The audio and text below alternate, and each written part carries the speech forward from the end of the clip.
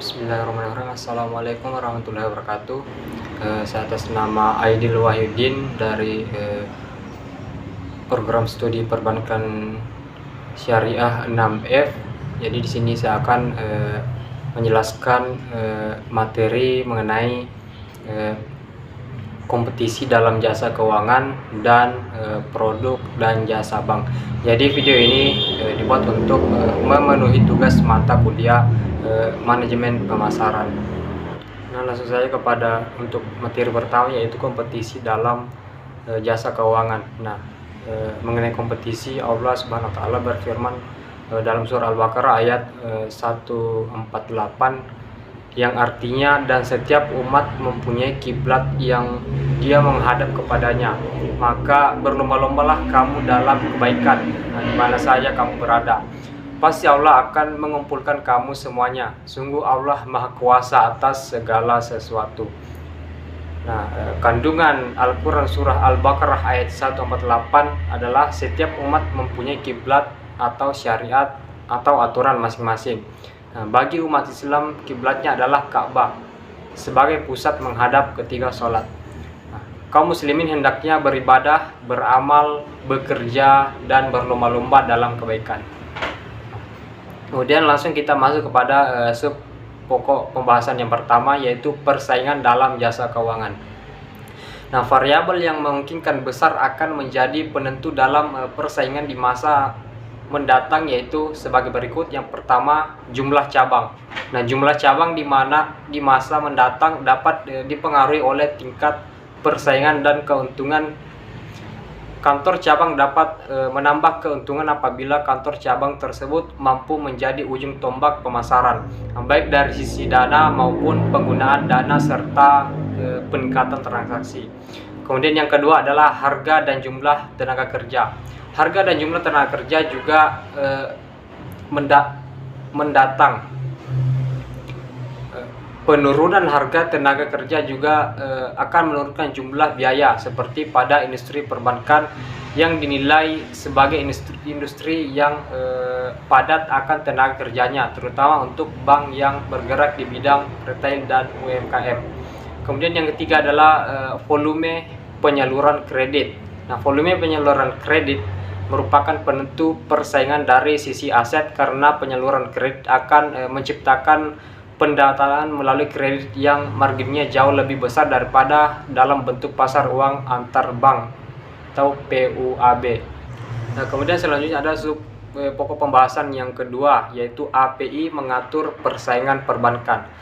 Nah, demi mewujudkan implementasi dari keenam pilar tersebut, maka API membuat program-program serta susunan kegiatan yang bersifat konkret, yaitu sebagai berikut. Nah, pertama, program penguatan struktur perbankan.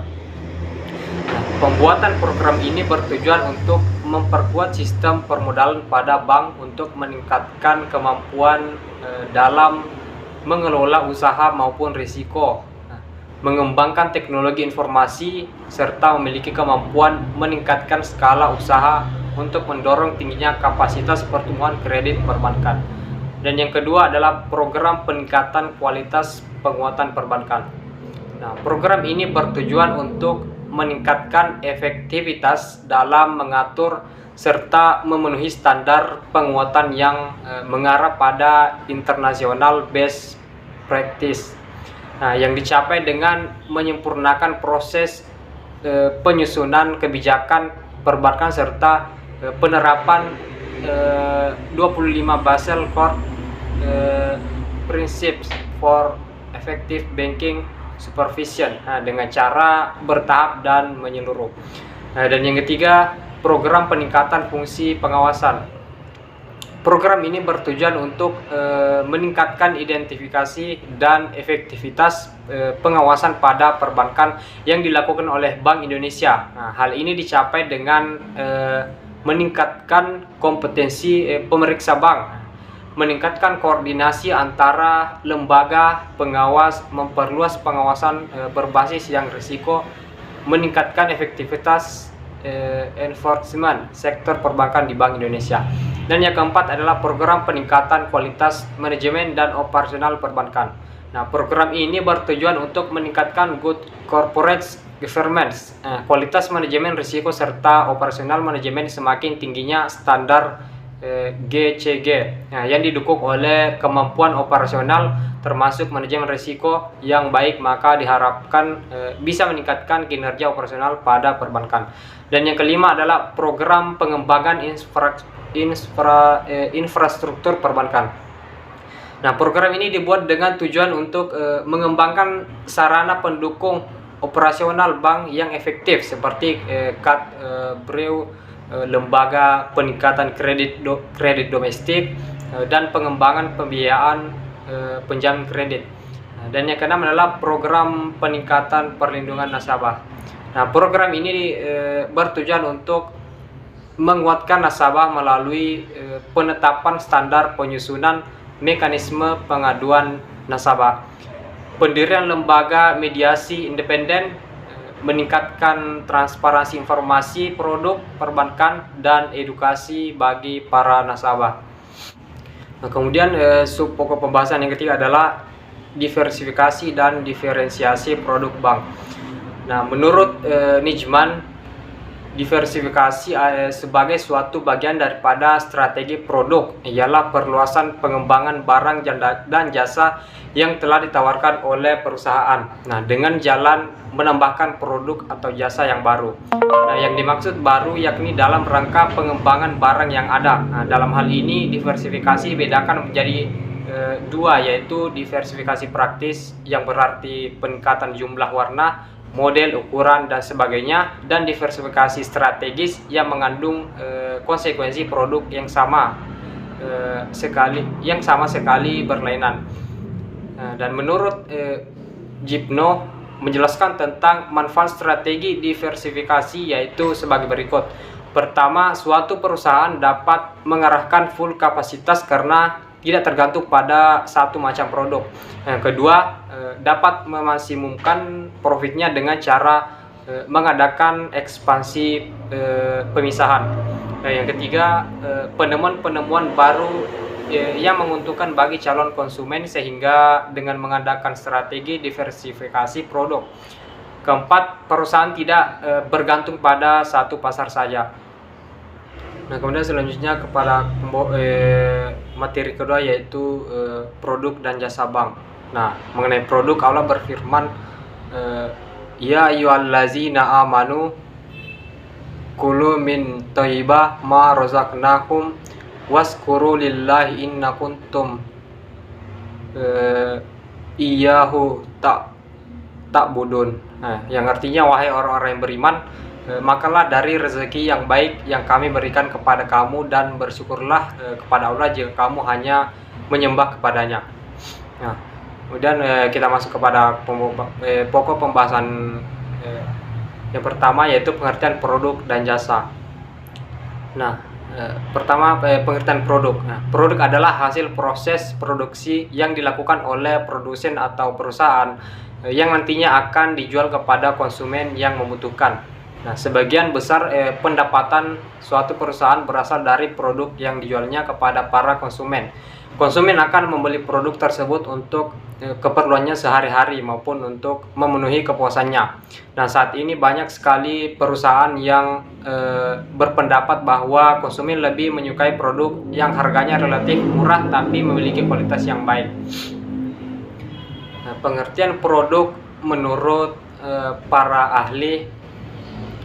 Yang pertama, menurut Stanton 1996.2222. Nah, menurutnya sebuah produk merupakan suatu kumpulan dari atribut yang nyata atau tidak nyata yang termasuk di dalamnya berupa warna, harga, kemasan, kualitas, serta merek yang ditambah terhadap jasa serta reputasi penjualannya.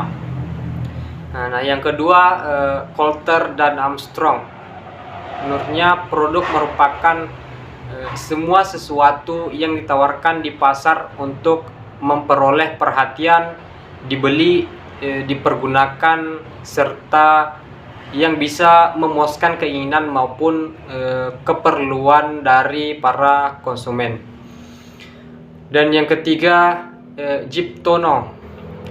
Nah, secara konseptual, produk merupakan suatu pemahaman subjektif dari suatu produsen atas sesuatu yang dapat ditawarkan sebagai upaya dalam meraih tujuan organisasi, nah, lewat pemenuhan kebutuhan serta keinginan konsumen sesuai dengan kompetensi dan juga kapasitas organisasi dan juga daya beli.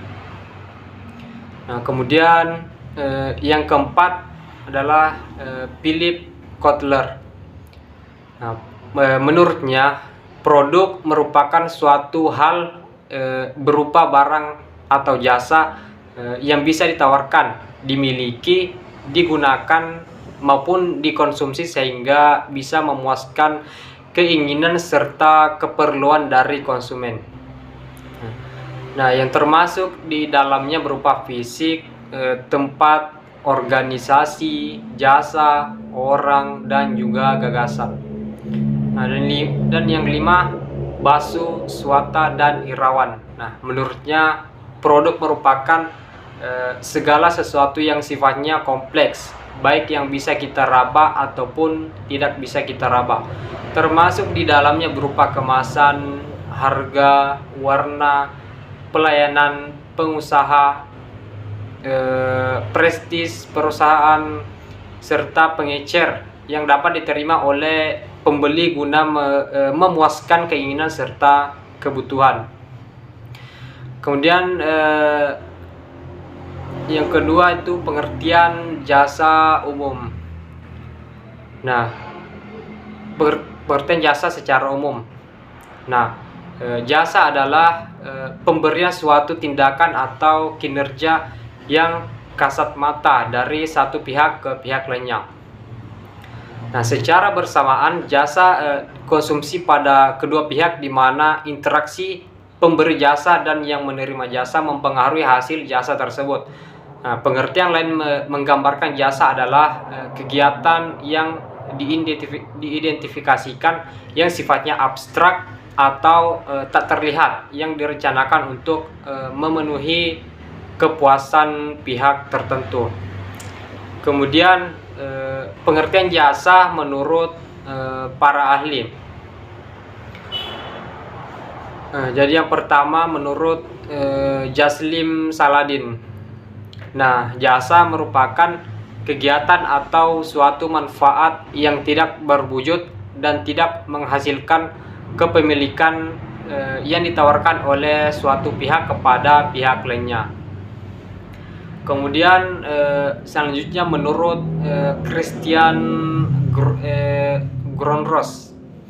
Nah, menurutnya jasa ialah suatu proses yang terdiri dari serangkaian aktivitas intangible yang terjadi antara pelanggan dan pegawai jasa yang disediakan sebagai solusi atas masalah dari pelanggan.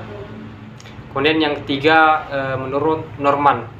Nah, jasa adalah suatu tindakan dan interaksi yang berupa kontak sosial antara produsen dengan konsumen yang lebih dari sekedar hasil suatu yang tidak terhalang. Kemudian yang keempat menurut Zedham dan Bittner. Nah, menurutnya jasa merupakan aktivitas ekonomi dengan pengeluaran output selain produk yang dikonsumsi dan diproduksi pada waktu yang bersamaan yang memberikan nilai plus dan tidak berwujud lagi pembelinya. Dan yang kelima menurut Adrian Payne. Nah, menurutnya jasa ialah aktivitas ekonomi yang mempunyai nilai atau manfaat intangible yang berkaitan dengannya, melibatkan interaksi dengan konsumen atau dengan barang milik, tapi tidak menghasilkan transfer kepunyaan atau kepemilikan. Kemudian kita masuk ke pokok pembahasan yang kedua, yaitu tingkat produk dan jasa. Nah, perencanaan produk harus berpikir tentang produk dan jasa dalam 3 tingkat. Nah, masing-masing tingkat menambah lebih banyak nilai pelanggan. Nah, tingkat yang paling dasar adalah manfaat inti, yang membawa pertanyaan apa yang benar-benar dibeli oleh pembeli. Nah, ketika merancang produk, mula-mula pemasar harus mendefinisikan inti. Nah, manfaat penyelesaian masalah atau jasa yang dicari konsumen. Pada tingkat kedua, para perencana produk harus mengubah manfaat inti menjadi produk yang aktual. Mereka harus mengembangkan fitur produk dan jasa, desain, tingkat kualitas, nama merek, serta kemasan. Pada tingkat akhir atau ketiga, perencana produk harus membangun produk tambahan di sekitar manfaat inti dan produk aktual dengan menawarkan pelayanan dan manfaat konsumen tambahan. Kemudian kita masuk ke pokok pembahasan yang 3, yaitu produk dan jasa bank. Nah, yang pertama adalah produk tabungan yang tergolong kredit pasif. Nah, yang pertama adalah tabungan. Nah, tabungan adalah simpanan yang penyimpannya dan penarikannya tidak terkait dengan jangka waktu. Nah, kemudian yang kedua adalah giro. Nah, giro adalah simpanan yang penarikannya bisa dilakukan kapan saja dengan menggunakan cek atau giro balance. Kemudian yang ketiga, deposito berjangka. Nah, deposito berjangka adalah simpanan yang penarikannya hanya dapat dilakukan pada jangka waktu tertentu. Kemudian yang keempat adalah sertifikat deposito. Nah, sertifikat deposito adalah salah satu bentuk deposito berjangka yang surat buktinya dapat diperjualbelikan. Nah, kemudian yang kelima, deposito on call adalah simpanan yang tetap di bank yang jika akan diambil harus memberikan kepada pihak bank terlebih dahulu. Nah, kemudian yang keenam adalah loan deposit. Adalah pinjaman yang dititipkan lagi di bank dan dapat diambil sewaktu-waktu. Kemudian produk yang kedua adalah produk yang tergolong kredit aktif. Nah, yang pertama, kredit rekening koran adalah kredit yang diberikan oleh bank yang dapat diambil sewaktu-waktu sesuai kebutuhan. Yang kedua, kredit aksep pinjaman yang diberikan kepada nasabah dengan cara mengeluarkan WSL yang dapat diperdagangkan. Dan yang ketiga adalah kredit reimburse letter of credit. Nah, pinjaman yang diberikan kepada nasabah untuk membantu proses pembayaran atas barang-barang yang diimpor dari luar negeri. Nah, maksudnya seseorang dapat melakukan impor barang dari luar negeri dan untuk pembayarannya sementara dilakukan oleh bank.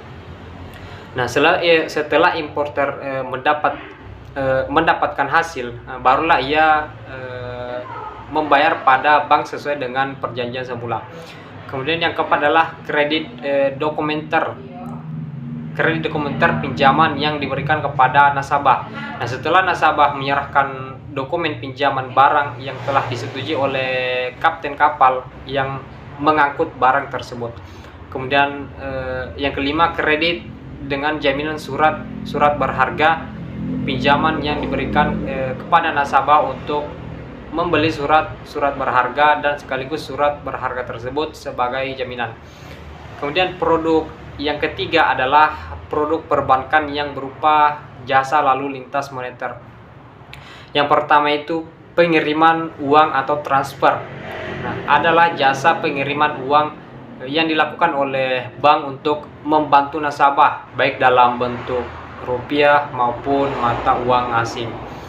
Kemudian yang kedua adalah inkaso. Nah, inkaso adalah jasa penagihan piutang yang dimiliki nasabah atas nasabah lainnya.